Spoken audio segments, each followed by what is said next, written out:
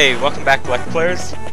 Unfortunately, the little technical problem I have of hearing into the future has not been resolved yet.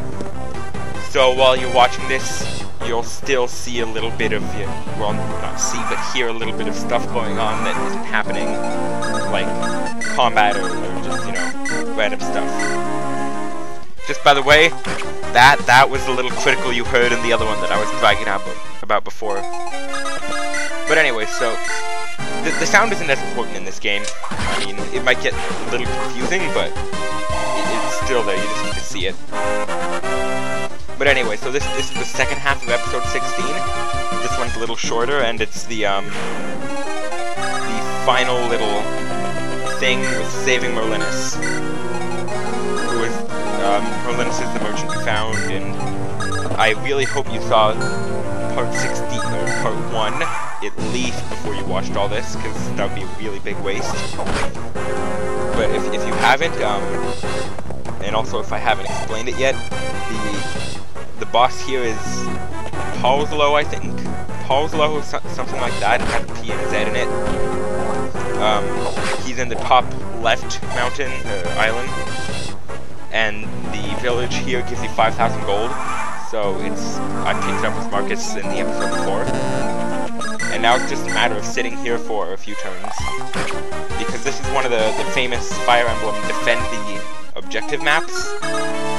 And they're always kind of my favorites because you can't, do it way faster than you normally should do it, and stuff like that.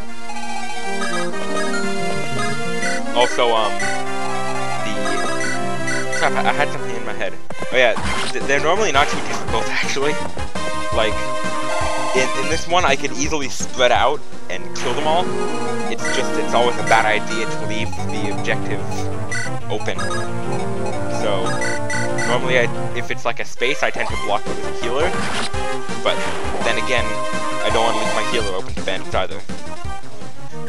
They have, I think 2 others in this, and one you find in Hector's mode. In Hector's mode, it's defending the throne, or the throne when you beat it. And in both modes, it's defending another throne again, so... Anyways, in case you haven't noticed, you start on an island, which makes the defensive spot really, really easy. Because it's, like, you put your really big defenders on the bridges, and then you can, like, pick them ranged. In fact, my preferred strategy for this is you put them a space behind the bridges, because the first bonus with that is you can attack them with more ranged guys than they can attack you with. And also, if you, crap, I'm losing it again, damn it. Oh yeah, also, you don't, if, like, you're really worried about dying, or, like, losing your guys, don't counterattack. Because, or, like, don't attack them, because then you just get counterattacked. Instead, just use you guys to completely pick them off with ranged people. Then you guys get the least amount of damage possible while dealing the most. Okay, I really have to be careful with Barter because he's one of those fighters which everybody loves but nobody loves. Because I mean, they've got the shittiest defense you'd ever see and the shittiest skill, combined with the fact that they have axes makes it almost impossible for them to hit. But they have really good strength and HP, and most times they have really good speed. But anyways, this is the last turn, so right now I'm like actively trying to weaken people by beating them to death with like Oswin in them. First, let's just hit. What the? How does he miss? I hate it when that happens. It just goes to show, I mean, anything can happen, but I mean, fuck off. I've been hit with, like, it reminds me of the story. It was in the next one after this, the Sacred Stones. I was fighting against a, I was fighting against a centaur, who's just one of the monsters you fight, and he had an axe. But it was a pole axe, so it was gonna deal like 15 damage or something to my horse and my ranger, which in that game is essentially a nomad trooper. It's got a bow and sword. And and my ranger had like five life left or something. But when I fought, it had an 8% chance to do the damage, and I had a 90% chance to kill it. I swing the sword and miss, and then he hits me with 8% chance and kills my ranger. Of course, I'm really anal retentive about that kind of thing, so I just restarted, but still, it pissed me off somewhat. Oh, yay, you hear boss music, which I think is the last hit I do. Anyway, so yeah, that's the boss, Pozlo, I think. You can see him in the corner during the little cutscenes. He's a mercenary, and that's about it. He's not the strongest.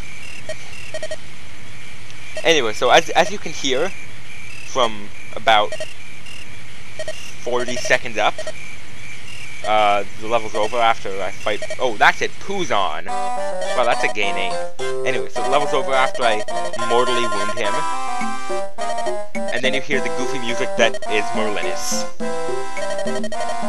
That's like one of my favorite musics in the game.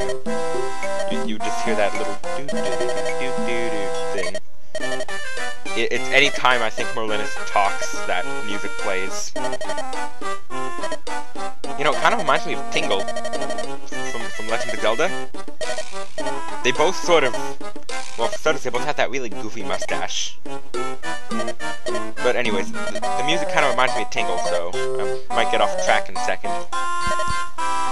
But anyways, there's about a minute left in the recording. I finally noticed it. Yay! Because if you haven't watched my other ones, I have a really bad habit of not noticing when the video's gonna end. So I end up, you know, getting cut off and have to put something in the credits. So let's just hope I don't ramble on for the next 41 seconds and miss it. So now we get Merlinus. He holds my stuff, and if I get extra things, I can give them to him, like on the battlefield. And also, if he dies, nothing bad happens.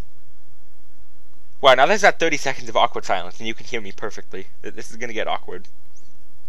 But anyways, yeah, if he dies, I can't store anything, and he doesn't get the level up, but I don't lose any equipment, and I can use him in the next map, so he's actually a really good character to deploy every map, no matter what. Anyways, so that's the end of the level. That Gamer Mexican, signing out. Hey, I was on time!